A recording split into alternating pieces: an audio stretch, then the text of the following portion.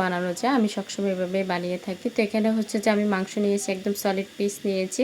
এই কাবাবে কিন্তু আপনার কোনো চর্বি নেওয়া যাবে না। তো এখানে হচ্ছে যে আমি এখানে দিয়ে দিব হচ্ছে আদা কুচি, তারপর রসুন, পেঁয়াজ। তো এখানে হচ্ছে শুকনো মরিচ নিয়েছি, এলাচ, দারচিনি, তারপরে জয়ফল, বড় এলাচ দিয়ে দিচ্ছি। একটু আমি হচ্ছে খুলে দিচ্ছি মুখগুলো। তো এখানে হচ্ছে তেজপাতা দিয়ে দিচ্ছি। তো এখানে হচ্ছে যে আস্ত ধনিয়া দিব, আর এখানে লং, কালো গোলমরিচ, জিরা একসাথে দিয়ে দিচ্ছি। তো এটা হচ্ছে যে আমি স্বামী কাবাব বানাবো। তো আমি হচ্ছে সবসময় এভাবেই কাবাবে বানাই না কেন, আমি সবসময় এভাবেই দিয়ে থাকি। মেইনলি হচ্ছে যেভাবে আপনার স্বামী কাবাবের জন্য করা হয়। তো আমি শর্টকাট এভাবেই সবসময় করে থাকি। তো এখানে হচ্ছে যে বোটের ডাল দিয়ে দিলাম ধুয়ে। তো এখানে হচ্ছে ফুটন্ত গরম পানি দিয়ে দিলাম। আমার একটু তাড়া ছিল তখন, তো এই জন্য হচ্ছে যে ফুটন্ত গরম পানি দিয়েছি। তো সব কিছু সুন্দর করে মিশিয়ে দিলাম। তো এখানে আমি সিদ্ধ করে নিয়েছি। তো দেখতে পাচ্ছেন কতটা সুন্দর করে সিদ্ধ হয়ে গেছে। তো এখানে হচ্ছে যে আমি চুলাটা কিন্তু অফ করে দিয়েছি। তো দেখতে পাচ্ছেন কত সুন্দর করে সিদ্ধ হচ্ছে। আমার এটা কিন্তু একদম ঠান্ডা হয়ে আসছে। তো এখানে হচ্ছে যে আপনারা চাইলে এটা ব্লেন্ডার করতে পারেন। আমি হচ্ছে যে পাটা পিষে নিয়েছি। তো এখানে হচ্ছে যে আমি লবণ, পেঁয়াজ বেরেস্তা, তারপরে হচ্ছে একটু লেবু চিপে দিয়েছি, চিনি দিয়েছি।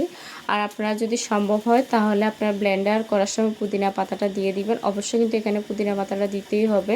তো এখানে হচ্ছে কাঁচামরিচ দিয়ে দিলাম, দুটো ডিম দিয়েছি, কিন্তু দিয়ে সব কিছু আমি সুন্দর করে এখানে মেখে নিয়েছি। তো আমার মাখা শেষ, একটা সাইডে রেখে দিচ্ছি।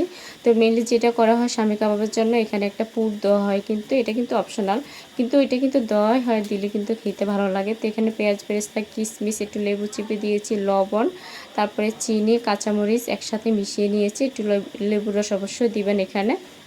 তো দেখতে পাচ্ছেন ভিতরে পুরটা দিয়ে হচ্ছে যে আমি এভাবে করে নিয়েছি, কয়েকটা এভাবে করেছি। তার বাকিগুলো হচ্ছে যে নর্মালি আমি করেছি। তো এখানে প্রথমে হচ্ছে যে চুলার তেলটা কিন্তু একদম হাই হিটে গরম করে নিতে হবে, না হলে কিন্তু আপনার কাবাবগুলো খুলে যাবে। কাবাব কিন্তু সবসময় হাই হিটে ভাজা হয়। তো তারপরে দেখতে পাচ্ছেন আমারটা কিন্তু একটু খুলে খুলে আসতেছে। তো এখানে হচ্ছে যে আমি স্বামী কাবাবগুলো প্রথমে ভেজে নিয়েছি।